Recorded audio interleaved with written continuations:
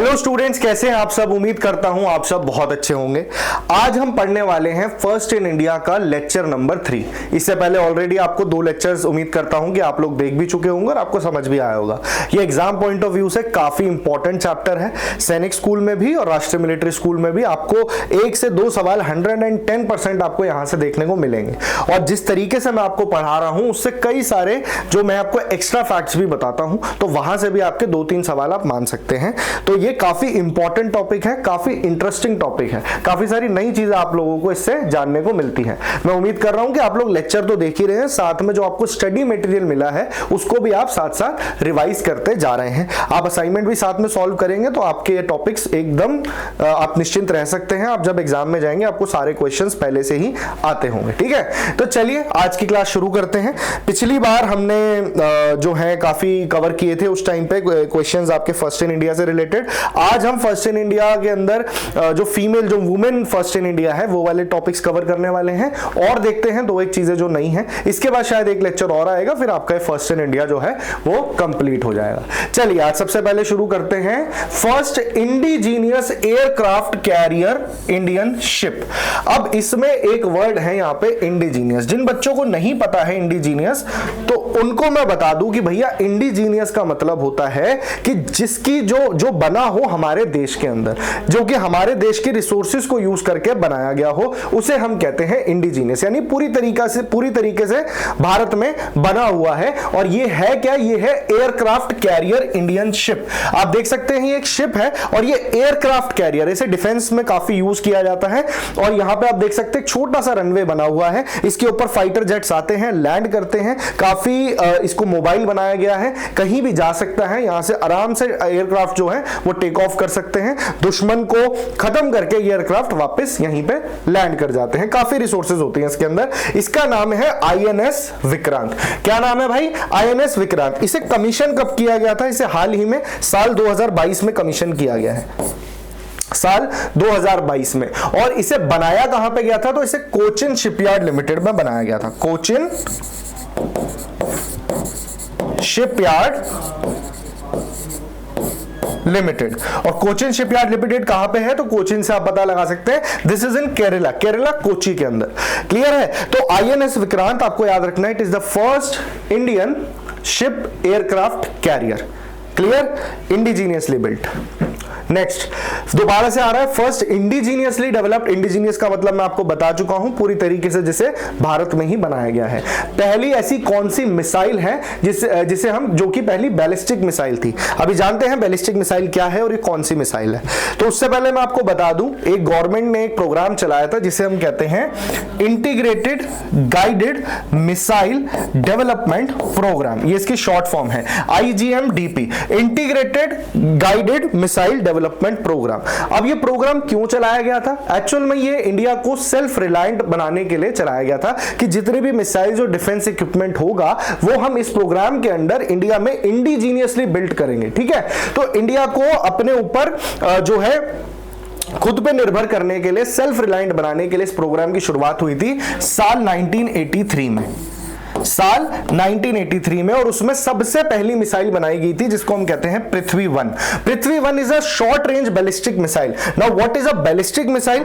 Ballistic missile आप देख सकते हैं रॉकेट की फॉर्म में है। इसे रॉकेट से लॉन्च किया जाता है, एक सेट टारगेट के ऊपर इसे भेजा जाता है और उस टारगेट पे जाके ये मिसाइल हिट करती है और उस टारगेट को बर्बाद कर देती है। ठीक है, तो काफी एडवांस टेक्नोलॉजी इसके अंदर यूज होती है। और इस तरह के सवाल जब हम इंडियन डिफेंस वाला चैप्टर में आपको पढ़ाऊंगा तो वहां पे भी हम पढ़ेंगे। यहां पे भी ये चीजें रिवाइज हो रही हैं क्योंकि ये सबसे पहला है, इसलिए इंपॉर्टेंट हो जाता है। पृथ्वी की कई सारी सीरीज हैं, पृथ्वी 1, पृथ्वी 2, पृथ्वी 3, हर में कुछ ना कुछ अपग्रेड होता चला गया है। और ये जो बैलिस्टिक मिसाइल्स होती हैं ये भी कई प्रकार की होती हैं। एक होती है शॉर्ट रेंज बैलिस्टिक मिसाइल, एक होती है लॉन्ग रेंज बैलिस्टिक मिसाइल, एक होती है intermediate range ballistic missile. Range का मतलब हो गया कि कितने दूर तक जाके मिसाइल हिट कर सकती है टारगेट को। अगर हम बात करें पृथ्वी मिसाइल की तो भैया ये एक शॉर्ट रेंज बैलिस्टिक मिसाइल है। क्या है? यहां मैं लिख देता हूं आपके लिए, short range ballistic missile, ballistic missile मैं आपको समझा चुका हूं, शॉर्ट रेंज बैलिस्टिक मिसाइल है। अगर आपसे पूछ ले इंडिया की पहली इंटरमीडिएट रेंज बैलिस्टिक मिसाइल कौन सी है, तो उसे हम अगले सवाल में जानेंगे। आई होप इतना आपको समझ में आया होगा कि पृथ्वी हमारी सबसे पहली बैलिस्टिक मिसाइल या इंडियन मिसाइल थी। क्लियर? ऐसा नहीं है कि हम पहले इंपोर्ट नहीं करते थे, तो बाहर की कंट्रीज से आज भी आता है, पहले भी आता था, पर दिस इज इंडिजीनियसली बिल्ट। तो जब आपको ये शब्द दिखे इंडिजीनियस, तब आपको ये आंसर लगाना है। क्लियर? जब आप एक आध बार पढ़ेंगे तो आपको समझ में आ जाएगा। आगे बढ़ते हैं। अच्छा जी, अब ये कह रहा है, मिसाइल हमने पढ़ लिया, पूछ रहा है फर्स्ट एटॉमिक रिएक्टर। अब ये क्या है? एटॉमिक रिएक्टर क्या होता है? जिन बच्चों को नहीं पता मैं उन्हें बता दूं कि एटॉमिक रिसर्च रिएक्टर है ये। एक्चुअली में एटॉमिक पावर यहां पे जनरेट करी जाती है, न्यूक्लियर पावर जनरेट करी जाती है ना। अब आप कहेंगे न्यूक्लियर पावर का मतलब तो ये हो गया कि यहां पे कोई न्यूक्लियर बॉम्ब या एटम बॉम्ब बनाया जा रहा है क्या? जी नहीं, एटम बॉम्ब का सिर्फ मतलब न्यूक्लियर एनर्जी सिर्फ एटम बॉम्ब बनाने के लिए काम नहीं आती है, न्यूक्लियर एनर्जी और चीजों में भी काम आती है। काफी सस्ता जो है रिसोर्स पड़ता है, ये एनर्जी जो बनती है ये बिजली बनाने में काम आती है। तो हमारे देश में कई सारे न्यूक्लियर एटॉमिक पावर स्टेशंस हैं, तकरीबन 7 एटॉमिक पावर स्टेशंस हैं। ये एक बहुत बड़ी फैसिलिटी होती है जिसके अंदर कई सारे रिएक्टर्स होते हैं। रिएक्टर वो एरिया हो गया जहां पे न्यूक्लियर एनर्जी बनाई जाती है, और न्यूक्लियर एनर्जी बनाने के लिए जो फ्यूल यूज होता है वो है यूरेनियम 235। यूरेनियम 235, ठीक है। तो इसी के थ्रू न्यूक्लियर फिजन होता है और यहां से एनर्जी पैदा होती है, वो गर्मी और वो हीट जनरेट होती है जिसके बलबूते पे बिजली पैदा करी जाती है। समझ गए? तो ये है आपका पहला एटॉमिक रिसर्च रिएक्टर, और इसे 1956 में जो है इंस्टॉल किया गया था भाभा एटॉमिक रिसर्च सेंटर में। Who was Bhabha? Bhabha was Homi Jehangir Bhabha. He was the father of Indian nuclear programme. Bhabha atomic research centre कहां पे है भाई? ये तो ये है बॉम्बे में, जगह का नाम है ट्रॉम्बे और है भी ये बॉम्बे में। क्लियर? तो ये बात ध्यान रखना, होमी जहांगीर बाबा, इनको हम आगे भी जानेंगे, पढ़ेंगे, तो तब भी मैं आपको बताऊंगा। Homi Jehangir Bhabha was the father of Indian nuclear program. यहां से न्यूक्लियर एनर्जी इंडिया की बनने की शुरुआत हुई थी, और इसका नाम क्या है? तो इसका नाम है अप्सरा। यानी कि ये जो एटॉमिक रिएक्टर आप देख सकते हैं, इसका नाम है अप्सरा, और ये पहला इंडिया का एटॉमिक रिसर्च रिएक्टर है। क्लियर हुई ये बात? चलिए बच्चों आगे चलते हैं। फर्स्ट सबमरीन, पहली पनडुब्बी, भारत की सबसे पहली पनडुब्बी कौन सी थी? तो भारत की जो सबसे पहली पनडुब्बी थी उसका नाम था आईएनएस कलवारी, और इसे रशियन कोलैबोरेशन के साथ बनाया गया था। तो अगर आपसे एग्जामिनर थोड़ा और इन डेप्थ जाएगा तो पूछ सकता है किसके कोलैबोरेशन के साथ इस पनडुब्बी को बनाया गया, तो इट वाज रशियन कोलैबोरेशन। ठीक है, और इसका नाम आपको याद रखना है, इसका नाम है आईएनएस कलवारी। अगर मैं पर्टिकुलरली बात करूं तो इसको इंडियन फोर्सेस में कमीशन किया गया था 1967 में, 1967। क्लियर? तो आपको बेशक ये डेट मत याद रखना, ये ईयर मत याद रखना, एडिशनल इंफॉर्मेशन है, याद रह जाए तो ठीक है, नहीं रहे तो कोई बात नहीं। नाम जरूर याद रखेंगे कि भैया पहली सबमरीन आईएनएस कलवारी थी। क्लियर? आगे बढ़ते हैं। अब आगे देखिए वो question, first intermediate range ballistic missile. तो हमने अभी पढ़ी थी सबसे पहली मिसाइल, वो जो सबसे पहली इंडिजीनियसली बिल्ट बैलिस्टिक मिसाइल थी वो किसके अंडर बनी थी? Integrated guided missile development programme के अंदर, which was launched in the year 1983। तो उसके अंदर जो सबसे पहली बैलिस्टिक मिसाइल थी वो एक शॉर्ट रेंज बैलिस्टिक मिसाइल थी जिसे हम कहते हैं पृथ्वी। वो पृथ्वी सीरीज थी, पृथ्वी 1, पृथ्वी 2, पृथ्वी 3। उसके बाद आई एक अग्नि सीरीज। तो ये है इंटरमीडिएट रेंज, यानी जो शॉर्ट रेंज है उसको बढ़ा दिया गया है। और अगर मैं एग्जैक्ट रेंज की बात करूं ना, तो ये जो मिसाइल है ये भैया 700 किलोमीटर से 1200 किलोमीटर के बीच हिट कर सकती है। 700 to 1200 किलोमीटर की इसकी रेंज है। एग्जैक्टली टारगेट पे जाके ऑन द स्पॉट ये मिसाइल हिट करेगी, और इंडिजीनियसली डेवलप्ड है by defence research development organisation, DRDO, under the programme integrated guided missile development programme. यहां मैं आपको बार बार बता रहा हूं। क्लियर? चलिए, तो इसका नाम है अग्नि। शॉर्ट रेंज पृथ्वी, इंटरमीडिएट रेंज अग्नि। चलिए आगे बढ़ते हैं। अभी हमने क्या पढ़ा था? अभी हमने पढ़ा भैया रिसर्च, एटॉमिक रिसर्च रिएक्टर, है ना। तो एक रिएक्टर जो है एक बड़ी फैसिलिटी का एक छोटा हिस्सा है। वो बड़ी फैसिलिटी क्या है? That is atomic power station. Atomic power station वो पूरा एरिया हो गया जहां पे न्यूक्लियर एनर्जी बन भी रही है और उस एनर्जी का यूज करके बिजली पैदा करी जा रही है।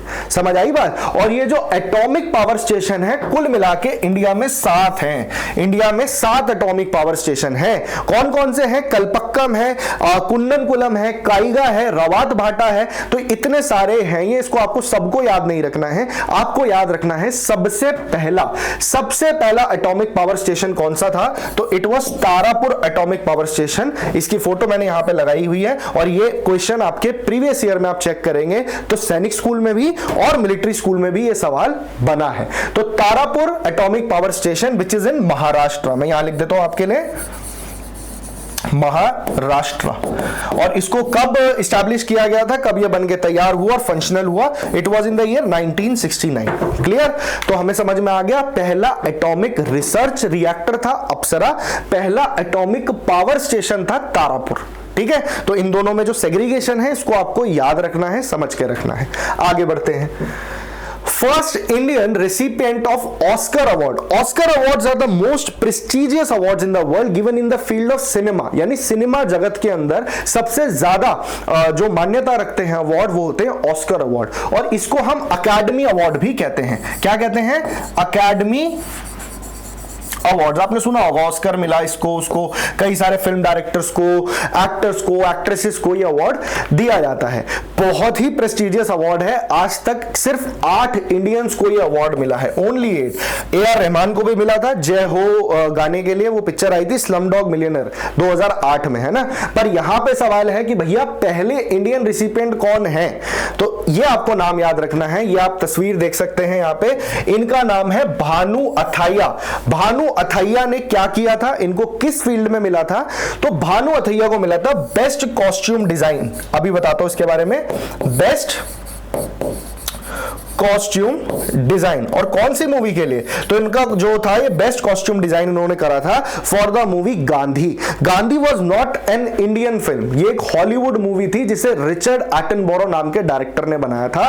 साल 1981 में ये मूवी आई थी। ठीक है, ये पोस्टर इस मूवी का भी मैंने आपके लिए लगा दिया है।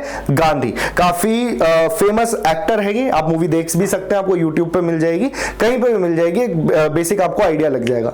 तो इस मूवी के जो कॉस्ट्यूम, इसमें जो कैरेक्टर्स थे उनके कॉस्ट्यूम डिजाइन करने का काम भानु अथैया ने किया था, और ये भारत की ऐसी पहली भारतीय हैं जिन्हें ऑस्कर अवार्ड दिया गया है। समझ गए मेरी बात? तो पहली ऑस्कर अवार्ड विजेता थी भानु अथैया। अगर आपसे एग्जामिनर थोड़ा सा घुमा के पूछ ले सवाल, ये तो हो गई पहली विनर। अगर आपसे पूछ ले कि पहला life time achievement award bye Oscars, Oscar का पहला लाइफ टाइम अचीवमेंट अवार्ड कौन से भारतीय को मिला, कौन से ऐसे पहले भारतीय थे जिन्हें लाइफ टाइम अचीवमेंट अवार्ड मिला, तो वो मिलेगा किसको? सत्यजीत रे, द फेमस डायरेक्टर सत्यजीत, यहां लिख देता हूं मैं सत्यजीत रे। और ये जो साल था ये था साल 1992 का, 1992 का। क्लियर? तो अगर पूछ ले पहली इंडियन रिसिपिएंट कौन है? Bhanu Athaiya. Life time achievement में किसको मिला था? सत्यजीत रे को। क्लियर हो गई बात? चलिए आगे बढ़ते हैं। First post office open in India, ये पोस्ट ऑफिस की मैंने फोटो भी लगा रखी है, कितना सुंदर सा बना हुआ है। अब ये जो पोस्ट ऑफिस है, ये जो स्थापना करी थी किसी पहले पोस्ट ऑफिस की, तो भैया ये करी गई थी ब्रिटिशर्स द्वारा। और मैंने आपको आखिरी क्लास में भी बताया था कि जब ब्रिटिशर्स यहाँ पे राज करते थे तो जो उनका इनिशियल फेज था, जो ब्रिटिश ईस्ट इंडिया कंपनी का समय था, उस वक्त वो इंडिया को 3 प्रेसिडेंसीज में उन्होंने बांट रखा था, जिसमें एक थी बॉम्बे प्रेसिडेंसी, एक थी मद्रास प्रेसिडेंसी और एक थी बंगाल प्रेसिडेंसी। अब इसमें जो बंगाल प्रेसिडेंसी थी उसका जो मेन सेंटर था, देखिए Bengal presidency was the most important unit, सबसे इंपॉर्टेंट प्रेसिडेंसी थी ब्रिटिशर्स के लिए, और वहां की राजधानी थी कलकत्ता, कैलकटा। ठीक है, और यहीं पे ये पहला पोस्ट ऑफिस बनाया गया था कलकत्ता के अंदर। अगर आपको याद हो, मैंने आपको शायद फर्स्ट इसका जो पार्ट था, इससे पहले जो 2-1 पार्ट आए हैं उसमें मैंने आपको बताया था कि इंडिया में पहले गवर्नर जनरल कौन थे, तो वो थे विलियम बेंटिक। पर अगर पूछ लिया जाए गवर्नर जनरल पहले कौन थे, और जिन्हें बंगाल का गवर्नर जनरल बनाया गया था वो थे वॉरेन हेस्टिंग्स। उन्होंने ही अपने समय में यहां पे पोस्ट ऑफिस को चालू किया था, और एग्जैक्टली बताओ तो ये ईयर था 1774 का। ईयर मत याद रखना, पर क्या होता है जब हम हिस्ट्री पढ़ते हैं तो ये ईयर्स अगर आप माइंड में रखते हैं तो आपको टाइमलाइन याद करने में थोड़ी आसानी होती है, और हिस्ट्री आप अच्छे से समझ पाते हैं। आई होप आपको ये समझ में आ गया होगा। पहला पोस्ट ऑफिस जो था कलकत्ता में था। अब मैं चाहूं तो आपको डायरेक्टली फैक्ट्स भी बता सकता हूं, पर आपको मेमोराइज करने में प्रॉब्लम होगा, तो मैं हर फैक्ट के साथ आपको थोड़ी थोड़ी एक्स्ट्रा इंफॉर्मेशन दे रहा हूं ताकि आप उससे रिलेट कर पाओ और आपकी अंडरस्टैंडिंग जो है बेटर होती चली जाए। क्लियर है? चलिए आगे बढ़ते हैं। पहले न्यूज़पेपर किसने, इंडिया का पहला न्यूज़पेपर कौन सा था, कौन लाया था, इसके बारे में हमने लास्ट क्लास में भी डिस्कशन किया था। एक बार मैं फिर से बता देता हूं, यहां पे फैक्ट आया है और ये उस अखबार की कटिंग है जो पहला न्यूज़पेपर था। तो जिन बच्चों को याद है वो बता पाएंगे कि अखबार था Bengal Gazette. Bengal Gazette was the first newspaper in India and in which language it was in English language. English language का ये अखबार था, ठीक है, इंग्लिश में था ये अखबार। कहां पे लॉन्च हुआ था, तो भैया कलकत्ता में। सब कुछ जो सबसे पहली बार आप देखेंगे ना ब्रिटिश इंडिया में, वो कलकत्ता में ही हुआ। कारण मैं आपको बता चुका हूं, because of it was the most important presidency, ठीक है। तो कलकत्ता में अखबार आया और इसे लाया कौन था, तो जेम्स हिक्की। यहां मैं नाम लिख देता हूं, जेम्स हिक्की, क्लियर। और साल था 1780 का। ये तो हो गई बात अंग्रेजी अखबार की। अगर आपसे पूछ ले भैया पहला हिंदी अखबार कौन सा था, तो वो भी मैंने आपको पहले बताया था। पहला हिंदी अखबार साल 1826 में लाया गया था, किसके द्वारा, जुगल किशोर शुक्ला द्वारा, कलकत्ता में ही। और इस अखबार का नाम था उदंत मार्तंड। यहां मैं लिख देता हूं उदंत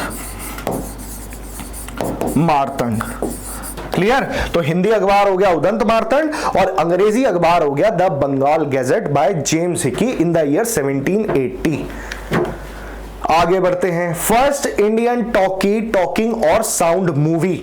अब ये जो पहली पूछा जा रहा है कि इंडिया की पहली कौन सी मूवी आई थी जिसमें साउंड भी थी। एक्चुअली जो पहले पिक्चरें आती थी, जो पहले मूवीज आती थी, उसमें साउंड नहीं होती थी, वो साइलेंट मूवी थी। तो ये पहली ऐसी मूवी थी जिसमें आपको साउंड भी सुनने को मिला और ये मूवी आई थी साल 1931 में। इस मूवी का नाम है आलम आरा। क्या नाम है, आलम आरा। ये लिखा हुआ है, ये इस मूवी का पोस्टर है, ठीक है। और ये जो आप एक्टर देख रहे हैं इनका नाम है पृथ्वीराज कपूर। पृथ्वीराज कपूर वही जो मुगले आजम में जो अकबर का रोल जिन्होंने किया था, ठीक है। तो पृथ्वीराज कपूर इसमें हीरो थे। पिक्चर का नाम है आलम आरा। आई कब, 1931 में। और इसके डायरेक्टर जो थे उनका नाम था आरदेशिर ईरानी। कई बार आपसे एग्जाम में पूछा जा सकता है भाई कि कौन थे पहली इंडिया की जो साउंड मूवी थी, उसके डायरेक्टर कौन थे, तो इनका नाम था आरदेशिर ईरानी। ये सारी चीजें आपको आपके स्टडी मटेरियल में भी मिलेगी। आप वहां पे जब लेक्चर आप सुनते हैं, साथ में हो सके तो आप बुक अपनी खोल के बैठिए। ये वाला चैप्टर आप निकाल के जब बैठेंगे तो आप ज्यादा बेटर रिलेट कर पाएंगे। समझ गए। चलिए आगे बढ़ते हैं। ये होगी टॉकी साउंड मूवी। अब बात कर लेते हैं पहली साइलेंट मूवी की। इंडिया में जो सबसे पहली मूवी आई थी वो एक साइलेंट मूवी थी, ठीक है। और इसे डायरेक्ट किसने किया था, ये थे, इन्हें कहा जाता है आज भी father of Indian cinema. Father of Indian cinema and who is he, is none other than आपके दादा साहेब फाल्के। दादा साहेब फाल्के इस मूवी के डायरेक्टर थे। यहां मैं लिख देता हूं और ये नाम काफी इंपॉर्टेंट है, दादा साहेब फाल्के। और इंडिया के अंदर सिनेमा की फील्ड में सबसे बड़े जो अवार्ड्स होते हैं वो होते हैं दादा साहेब फाल्के अवार्ड्स। वो इन्हीं के नाम पे रखे गए हैं क्योंकि he is father of Indian cinema. आप देख सकते हैं इन्होंने सबसे पहली मूवी डायरेक्ट और प्रोड्यूस खुद करी थी। इस मूवी का नाम है राजा हरिश्चंद्र। और कौन से वर्ष में आई थी, यहां पोस्टर पे देख सकते हैं 1913 में। It was the India first full length film थी ये इंडिया की, ठीक है, राजा हरिश्चंद्र। बट इसमें साउंड नहीं था। साउंड वाली कौन सी है, आलम आरा। तो ये चीज याद रखेंगे आप। आगे बढ़ते हैं। ये मैंने आपको बता दिया, टॉकी मूवी बता दी, साइलेंट मूवी बता दी। अब आते हैं फर्स्ट कलर टेलीविजन ब्रॉडकास्ट। तो भैया पहले आप देख सकते हो कि आपके जो फैमिली मेंबर्स हैं, आपके जो एल्डर्स हैं, आप उनसे पूछेंगे, आपके दादा बताएंगे आपको, आपके पेरेंट्स बताएंगे कि पहले जो है कलर नहीं था, पहले ब्लैक एंड व्हाइट देखा जाता था। टीवी के ऊपर जो भी ब्रॉडकास्ट होता था वो ब्लैक एंड व्हाइट होता था। पहला कलर टेलीविजन ब्रॉडकास्ट कहां पे हुआ, तो वो हुआ दूरदर्शन पे साल 1982। 15 अगस्त का ये दिन था जब पहली बार इसे एयर किया गया था। आप देख सकते हैं जर्नी मैंने आपको दिखा रखी है, दूरदर्शन का ये लोगो है और देख सकते हैं ब्लैक एंड व्हाइट से कैसे कलर की तरफ ये जा रहा है। तो पहला जो कलर ब्रॉडकास्ट हुआ वो हुआ साल 1982 में। ये ईयर याद रखना, बेशक डेट भी बड़ी इजी है से याद रखना क्योंकि इस दिन भारत आजाद हुआ था, 15 अगस्त। क्लियर है, तो हमें ये चीजें पता लग गई। चलते हैं आगे। तो चलिए ये बेसिक सी चीजें मैंने आपको बता दी। न्यूज़पेपर बता दिया, टॉकिंग साउंड मूवी बता दी, साइलेंट मूवी बता दी। अब बढ़ते हैं आगे। अब चलिए वुमेन्स का पार्ट कवर करते हैं। हमने फर्स्ट इन इंडिया मेल वाला सेक्शन पूरा कर लिया है, जो और चीजें थी वो भी हमने पढ़ ली हैं। अब देखते हैं फर्स्ट इन इंडिया वुमेन से रिलेटेड क्या क्या सवाल आपके एग्जाम में बनते हैं या बन सकते हैं। चलिए, first women ruler on Delhi throne. अब दिल्ली थ्रोन की बात हो रही है, यह फोटो देख सकते हैं, और ये है रजिया सुल्तान। अब ये कौन है, थोड़ा सा आपको बैकग्राउंड दे देता हूं, देखते हैं। देखिए, दिल्ली सल्तनत, आपने नाम सुना होगा अगर आपको हिस्ट्री का थोड़ा बहुत आइडिया है। हालांकि जब मैं आपको आगे और चैप्टर्स पढ़ाऊंगा तो उसमें मैं आपको दिल्ली सल्तनत के बारे में भी बताऊंगा। अब इंडिया में जो पहली बार मुस्लिम राज शुरू हुआ तो वो शुरुआत हुई थी दिल्ली सल्तनत से, दिल्ली सल्तनत। ठीक है, अब जब मुस्लिम्स आए पहली बार इंडिया, और जब मोहम्मद घोरी ने यहां पे अटैक किया, उसके बाद में फिर उसने अपना स्लेव को यहां पे छोड़ा था जिसका नाम था कुतुबुद्दीन ऐबक। और कुतुबुद्दीन ऐबक ने साल 1206 में दिल्ली सल्तनत की स्थापना करी। यानी अब जो राज होने लगा, जो इंडिया पे कंट्रोल किया जाने लगा, और जितने भी राजा महाराजा थे उन्होंने दिल्ली को अपनी कैपिटल बनाया। इनिशियली लाहौर थी, फिर दिल्ली आ गए। तो 1206 में दिल्ली सल्तनत की स्थापना हुई। और ये कौन सी डायनेस्टी थी? दिल्ली सल्तनत का टाइम बहुत लंबा है भाई, 1206 से लेकर के 1526 तक। जब तक बाबर यहां पे नहीं आया, पहला बैटल ऑफ पानीपत नहीं हुआ, तब तक यहां पे दिल्ली सल्तनत का टाइम रहा। और ये दिल्ली सल्तनत के अंदर अलग अलग डायनेस्टीज ने राज किया। जैसे पहले आई स्लेव डायनेस्टी, जिसकी स्थापना 1206 में करी, जिसे मैमलुक वंश भी कहते थे, कुतुबुद्दीन ऐबक ने। तो ये स्लेव डायनेस्टी आई। स्लेव डायनेस्टी के रूलर्स ने राज किया 1206 से 1290 के बीच। उसके बाद में यहाँ पे खिलजी आए, तुगलक आए, और फिर उसके बाद में आपके जो है लोधी आए। ठीक है, सैयद डायनेस्टी भी आई। तो ये चीजें आपको पता होनी चाहिए। तो ये जो स्लेव डायनेस्टी है, इसी के अंदर जब आगे जाती है कहानी, कुतुबुद्दीन ऐबक की डेथ होती है, फिर इल्तुतमिश आते हैं, और इल्तुतमिश की बेटी का नाम था रजिया सुल्तान। और रजिया सुल्तान एक लौती ऐसी वुमेन रूलर है जो दिल्ली की गद्दी पे बैठी। आज तक ये इतिहास है कि पहली मुस्लिम वुमेन रूलर है और पहली वुमेन रूलर थी। ठीक है, तो ये थी रजिया सुल्तान। और रजिया सुल्तान का जो टाइम पीरियड था, जिस टाइम इन्होंने राज किया दिल्ली की गद्दी पे, वो था 1236 से 1240 के बीच में। ठीक है, जब ये यहां पे बैठी तो काफी एफिशिएंट एडमिनिस्ट्रेशन रहा इनके समय, पर इनसे चिढ़ने वाले लोग बहुत ज्यादा थे, इसलिए इनको हटाने के लिए लोगों ने साजिश करनी शुरू करी, और 1240 में इनको धोखे से मार दिया गया था। ठीक है, तो इसलिए नाम इंपॉर्टेंट बनता है।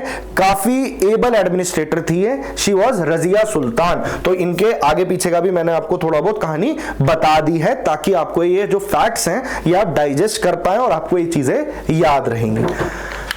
आगे बढ़ते हैं। फर्स्ट विमेन गवर्नर, ये पूरा नहीं लिखा हुआ, first women governor of an Indian state. ठीक है, अब जब भारत आजाद हुआ, आपको जब मैं इंडियन गवर्नेंस एक चैप्टर है हमारे कोर्स में, तो जब मैं वो आपको बताऊंगा तो आपको थोड़ा बहुत नॉलेज मिलेगा कि भाई ये president, prime minister, governor, chief minister, ये सब क्या होते हैं। फिलहाल के लिए आप ये फैक्ट याद रखेंगे कि जो पहली विमेन गवर्नर थी तो उत्तर प्रदेश की, उत्तर प्रदेश को उस वक्त कहा जाता था यूनाइटेड प्रोविंसेस, यूनाइटेड प्रोविंसेस। और जब देश आजाद हुआ तो 1947 में सरोजनी नायडू को यूपी का गवर्नर बनाया गया। 2 साल के लिए वहां की गवर्नर रही। सरोजनी नायडू को उनको एक नाम से जाना जाता है, उनको एक टाइटल दिया गया था जिसे कहते हैं Nightingale of India, Nightingale of India. ये सवाल पेपर में आता है। जो चीजें मैं आपको एक्स्ट्रा बता रहा हूं इसका मतलब ये नहीं है कि वो इंपॉर्टेंट नहीं है। यहां पे नहीं लिखी है इसका मतलब ये नहीं है कि वहां से सवाल नहीं बन सकता। एक एक बात जो आपको क्लास में बताई जा रही है वो अपने आप में एक सवाल के रूप में आपसे एग्जाम में पूछा जा सकता है। तो नाइटिंगेल ऑफ इंडिया किन्हें कहते थे? सरोजनी नायडू को कहते थे। Sarojini Naidu was an Indian freedom fighter. इन्होंने गांधी जी को दांडी मार्च में भी मदद करी। ये ऑथर भी थी, बहुत बेहतरीन इन्होंने बुक्स लिखी हैं। ठीक है, तो जब हम बुक्स एंड ऑथर में आपको बताऊंगा वहां पे इनकी बुक्स भी बताऊंगा। तो सरोजनी नायडू को यूपी का जो है गवर्नर बनाया गया साल 1947 में, और ये पहली विमेन गवर्नर थी। एक एक्स्ट्रा फैक्ट अगर मैं आपको बताऊं तो इनकी जो बेटी है उनका नाम था पद्मजा नायडू। यहां मैं लिख देता हूं, पद्मजा नायडू। और ये जो पद्मजा नायडू थी, ये लॉन्गेस्ट सर्विंग वुमेन गवर्नर रही है किसी स्टेट की। कौन सी स्टेट की? वेस्ट बंगाल की। 11 साल तक सॉरी, ये वेस्ट बंगाल की गवर्नर रही थी, सरोजिनी नायडू की बेटी। तो आपसे पूछा जा सकता है कि इनमें से आपको 4 ऑप्शन देगा और पूछेगा कि किसने सबसे लंबे टेन्योर के लिए गवर्नर की पोस्ट संभाली, ऐसी कौन सी पहली फीमेल थी? तो वो थी पद्मजा नायडू। और पहली गवर्नर की बात करें तो सरोजिनी नायडू। कौन सी स्टेट की? यूनाइटेड प्रोविंसेस की। क्लियर? आगे बढ़ते हैं। आ गया अब सवाल, फर्स्ट वुमेन प्राइम मिनिस्टर। देखिए आपके सामने फोटो है और ये ज्यादातर बच्चे बता भी पाएंगे, काफी आसान है ये। इंदिरा गांधी, ठीक है।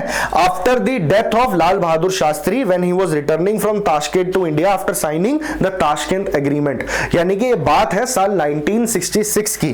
तो 1966 में लाल बहादुर शास्त्री की मृत्यु हो जाती है और उसके बाद एक इंडियन पॉलिटिक्स में एक वैक्यूम बन जाता है कि अब देश का प्रधानमंत्री कौन बनेगा। तो उस वक्त इंदिरा गांधी का नाम प्रपोज किया जाता है and she became the first women prime minister of India. She serve from 1966 और काफी अच्छा इन्होंने काम किया, इनको लोगों ने पसंद किया। शुरू में इनको गूंगी गुड़िया कहा जाता था, पर धीरे धीरे करके इन्होंने अपनी एफिशिएंसी दिखाई और अपने दुश्मनों का इन्होंने जो है मुंह बंद करवाया। 1966, उसके बाद में 1970 में फिर इलेक्शन हुए, इन्होंने गरीबी हटाओ का नारा दिया, फिर से इलेक्शन जीत गई और 1977 तक नॉन स्टॉप ये जो है इंडिया की प्राइम मिनिस्टर रही। तो 1975 में एक इन्होंने इनफेमस एक इंसिडेंट है जो कि इन्होंने इमरजेंसी इंडिया में लगाई थी। इमरजेंसी लगाने की वजह से इनका टेन्योर थोड़ा सा बढ़ गया था, पर लोगों के मन में जो है ये खटास आ गई थी इंदिरा गांधी के खिलाफ। तो 1977 में इंदिरा गांधी की सरकार को हटा दिया गया था, पर 1980 के इलेक्शन में ये फिर जीत गई और 1980 से लेके 84 तक ये फिर से प्रधानमंत्री रही। 84 में इनको जो है इनकी हत्या कर दी गई थी और इनकी मृत्यु हो गई थी। तो इतना बड़ा टेन्योर इन्होंने संभाला श्रीमती इंदिरा गांधी जी ने। क्लियर हुई बात? और किसके बाद आई? लाल बहादुर शास्त्री जी के बाद। आगे बढ़ते हैं। First women president of India. तो भैया फर्स्ट वुमेन प्रेसिडेंट की बात हो रही है, फर्स्ट वुमेन प्राइम मिनिस्टर हम पढ़ चुके हैं। ये फोटो किनकी है? ये है Shrimati Pratibha Patil and she was the 12th president of India. मतलब सीक्वेंस में देखे, जैसे आज हम देखते हैं, आज है कौन? द्रौपदी मुर्मू। ये कौन सी है? ये 15th प्रेसिडेंट है। यहां मैं लिख देता हूं, अभी करंट में Droupadi Murmu is the president of India, Droupadi Murmu. और ये आपसे एग्जाम में पूछा जा सकता है कि कौन से नंबर की प्रेसिडेंट है? तो 15th है। इससे पहले रामनाथ कोविंद 14th थे, ठीक है। 13th थे प्रणब मुखर्जी। तो प्रतिभा पाटिल हो गई 12th और इनका जो टेन्योर था वो था साल 2007 से लेके 2012 के बीच। 2007 से पहले डॉक्टर एपीजे अब्दुल कलाम थे जो 11th प्रेसिडेंट थे, ठीक है। एपीजे अब्दुल कलाम के बारे में तो आप सब लोग जानते ही होंगे। तो एपीजे अब्दुल कलाम के बाद इंडिया की पहली महिला राष्ट्रपति बनी श्रीमती प्रतिभा पाटिल।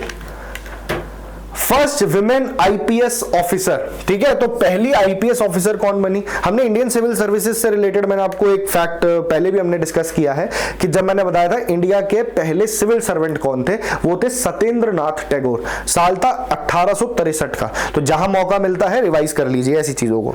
चलिए, आईपीएस ऑफिसर की बात हो रही है। ये साल था 1972 का, जब किरण बेदी जो है पहली आईपीएस ऑफिसर बनी थी, पहली विमेन आईपीएस ऑफिसर।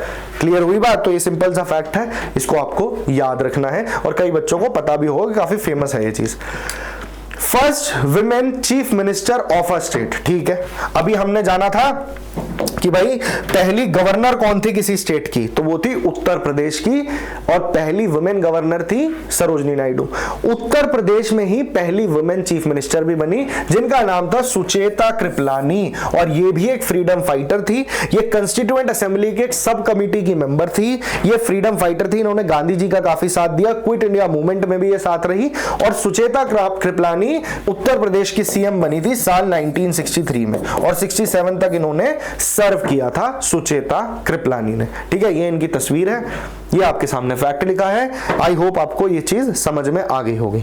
जितना मैंने आपको इस क्लास में पढ़ा दिया या पहले जो 2 क्लासेस आई हैं, ये जितना भी मैं आपको पढ़ा रहा हूं इससे बाहर कोई सवाल बनना बहुत मुश्किल है। आप खुद जाएंगे, आप महसूस करेंगे कि you would be able to solve. GK एक ऐसा सेक्शन है जिसके अंदर आपको कहने में मुश्किल होती है कि भैया हम 100% कवर कर रहे हैं, पर मैं ये चीज दावे के साथ कह सकता हूं जितना आप इस कोर्स में पढ़ लेंगे that would be more than enough. ठीक है, तो निश्चिंत होकर बैठिए, बस जितना बताया जा रहा है और जिस तरीके से बताया जा रहा है वो आपको चीजें खुद करनी है।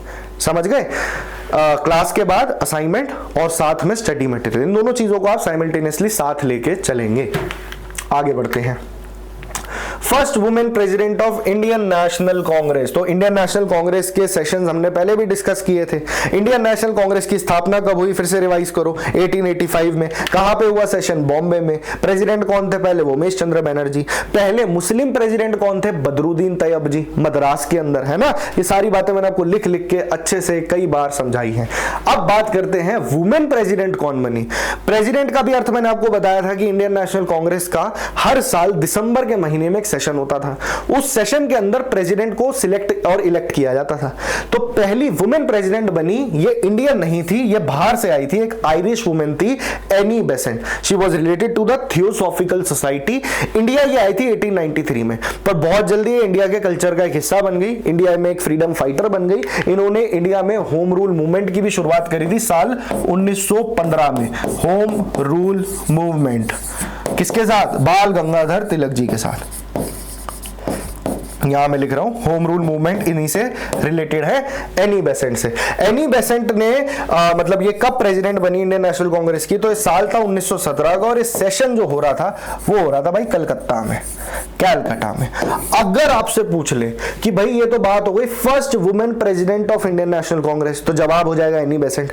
अगर सवाल पूछा गया first Indian women to become the president of Indian National Congress, तब जवाब आपका एनी बेसेंट नहीं होगा, क्योंकि इंडियन नहीं थी। इंडियन वुमेन प्रेसिडेंट कौन बनी थी? तो वो थी nightingale of India, Sarojini Naidu. Sarojini Naidu से देखिए कितने सारे सवाल बन गए। Nightingale of India Sarojini Naidu. First women governor of an Indian state Sarojini Naidu. First Indian women to become the president of Indian National Congress Sarojini Naidu. Clear? और first women president of Indian National Congress is Annie Besant. ये session याद रखना 1917 कलकत्ता का। आगे बढ़ते हैं। हाँ जी, तो हमने यूनियन मिनिस्ट्री के बारे में भी जाना था आखिरी क्लास में कि जब प्रधानमंत्री नेहरू की जो पहली मिनिस्ट्री थी उसमें किस व्यक्ति ने कौन सी पोस्ट संभाली थी, एक बार उसे डिस्कस कर लेते हैं, अभी रिवाइज कर लेते हैं। फर्स्ट वुमेन यूनियन मिनिस्टर पूछा जा रहा है, और पहली महिला, ये पूरे मंत्रिमंडल में एक लौती महिला थी, इनको हेल्थ मिनिस्ट्री दी गई थी। ये थी राजकुमारी अमृता कौर। राजकुमारी अमृता कौर। अब एक काम करते हैं, जो जो इंपॉर्टेंट चीजें थी नेहरू मिनिस्ट्री से रिलेटेड, जब देश आजाद हुआ है 47 के बाद, तो वो एक जगह मैं आपको लिख के समझा देता हूं। चलिए एक एक चीज लिखते हैं। सबसे पहले देखते हैं इंडिया के पहले प्राइम मिनिस्टर कौन थे। यहां मैं लिखता जा रहा हूं प्राइम मिनिस्टर। उसके बाद में हम जानेंगे इंडिया के पहले प्रेसिडेंट कौन थे। ठीक है, अभी इनके आगे मैं नाम लिख दूंगा सबके। फिर हम जानेंगे इंडिया के पहले वाइस प्रेसिडेंट कौन थे। ठीक है, फिर हम जानेंगे इंडिया के पहले होम मिनिस्टर कौन थे। होम मिनिस्टर या डेप्यूटी प्राइम मिनिस्टर भी थे। होम मिनिस्टर तो थे ही थे, साथ में मैंने आपको आखिरी क्लास में भी बताया था इनके बारे में, डेप्यूटी प्राइम मिनिस्टर भी थे। उसके अलावा पहले फाइनेंस मिनिस्टर कौन थे? Finance minister. उसके बाद पहले रेलवे मिनिस्टर कौन थे? यहां लिख रहा हूं मैं, रेलवे मिनिस्टर। फिर पूछा जाता है आपसे कि पहले डिफेंस मिनिस्टर कौन थे। पहली मिनिस्ट्री है, इंपॉर्टेंट पोर्टफोलियोज आपको पता होने चाहिए। Defence minister. अच्छा, कभी कभी एग्जामिनर का मूड बन गया तो वो पूछ लेता पहले लॉ मिनिस्टर कौन थे। लॉ मिनिस्टर तो बहुत आसान है, जिन्होंने हमारे देश का, जिन्होंने पूरे देश का कानून लिखा, जिन्होंने देश का संविधान लिखा, लॉ मिनिस्टर वही होंगे। कितना आसान है याद करना, अभी जानेंगे। और पहली यूनियन हेल्थ मिनिस्टर तो मैंने आपको बता ही दिया। चलिए अब इनके आगे हम फिल इन द ब्लैंक्स को पूरा करते हैं। पहले prime minister Pandit Jawaharlal Nehru, JLN, यहां मैं लिख देता हूं। उसके बाद में पहले प्रेसिडेंट जो थे उनका नाम था राजेंद्र प्रसाद। डॉक्टर राजेंद्र प्रसाद। और राजेंद्र प्रसाद से रिलेटेड एक और फैक्ट मैंने आपको बताया था कि Rajendra Prasad was the first permanent president of the constituent assembly, और कॉन्स्टिट्यूएंट असेंबली यानी संविधान सभा, जिन्होंने हमारे देश के लिए संविधान बनाया है, तो उस असेंबली के ये प्रेसिडेंट थे। पहले वाइस प्रेसिडेंट कौन थे, तो जिनकी बर्थ एनिवर्सरी पे हम टीचर्स डे ऑब्जर्व करते हैं, डॉक्टर सर्वपल्ली राधाकृष्णन। डॉक्टर सर्वपल्ली राधाकृष्णन। अच्छा, नेहरू जी के बर्थडे पे हम क्या मनाते हैं, तो चिल्ड्रंस डे, 14 नवंबर को चिल्ड्रंस डे। ठीक है। होम मिनिस्टर की बात करते हैं, ये पहले डेप्यूटी प्राइम मिनिस्टर भी थे और होम मिनिस्टर भी थे। काफी फेमस नाम है ये, सरदार वल्लभ भाई पटेल। सरदार पटेल, ये याद रखेंगे। इन्हें आयरन मैन ऑफ इंडिया भी कहा जाता है, ये हम पहले भी डिस्कस कर चुके हैं। पहले फाइनेंस मिनिस्टर कौन थे, इनका नाम था आर के शनमुखम चेट्टी। आर के शनमुखम चेट्टी, क्लियर। उसके बाद आते हैं भाई पहले रेलवे मिनिस्टर, तो इनका नाम था जॉन मथाई। ये पूरा टेबुलर फॉर्मेट में मैंने आपको स्लाइड में भी पहले बताया हुआ है, पर एक बार और रिवाइज कर लेते हैं। पहले डिफेंस मिनिस्टर थे सरदार बलदेव सिंह। बलदेव सिंह। पहले लॉ मिनिस्टर, बहुत आसान है तो, doctor B R Ambedkar, father of the constitution. B R Ambedkar, he was the chairman of drafting committee.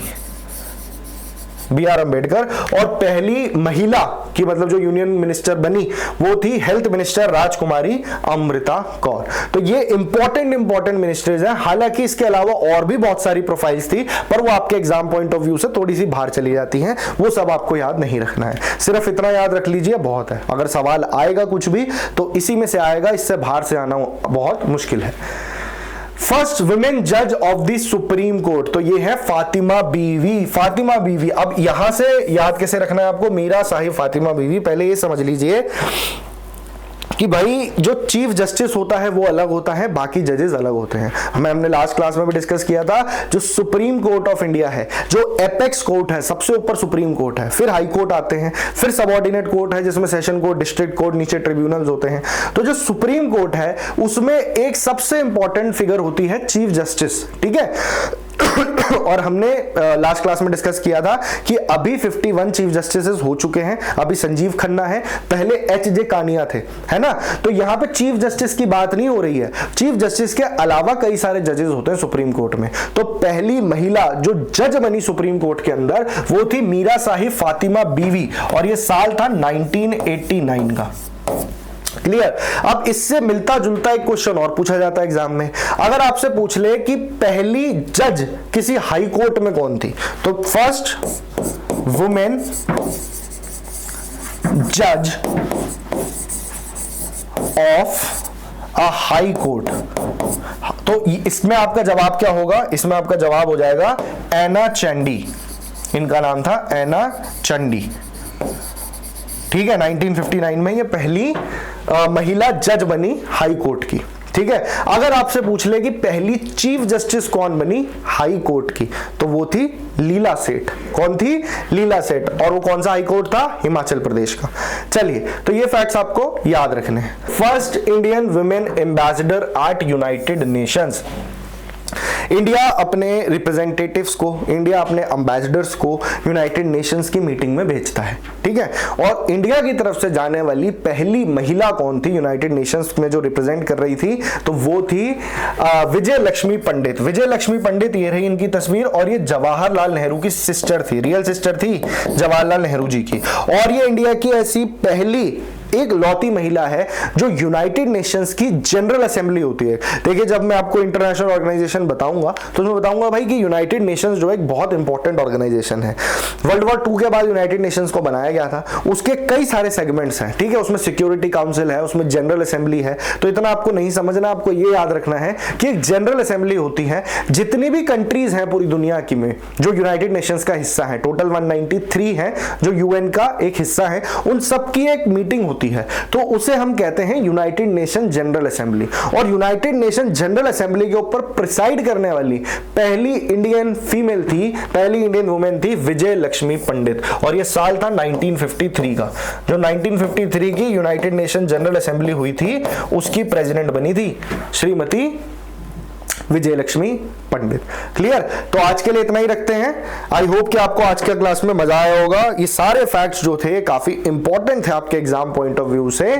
अब बस आपका एक लेक्चर और रह गया है, आपका ये वाला टॉपिक पूरा खत्म हो जाएगा, जो कि है फर्स्ट इन इंडिया। काफी इंपॉर्टेंट टॉपिक था, मैं समझ सकता हूं इसमें फैक्ट्स थोड़े से ज्यादा थे, बट मैंने अपनी तरफ से पूरी कोशिश करी है कि आपको एक एक फैक्ट, एक एक चीज आपको समझ में आए। फिर भी कोई डाउट रह गया तो जब हम क्लास में मिलेंगे, आपसे हम रूबरू होंगे, तो जरूर आपके डाउट्स को मैं क्लियर करूंगा।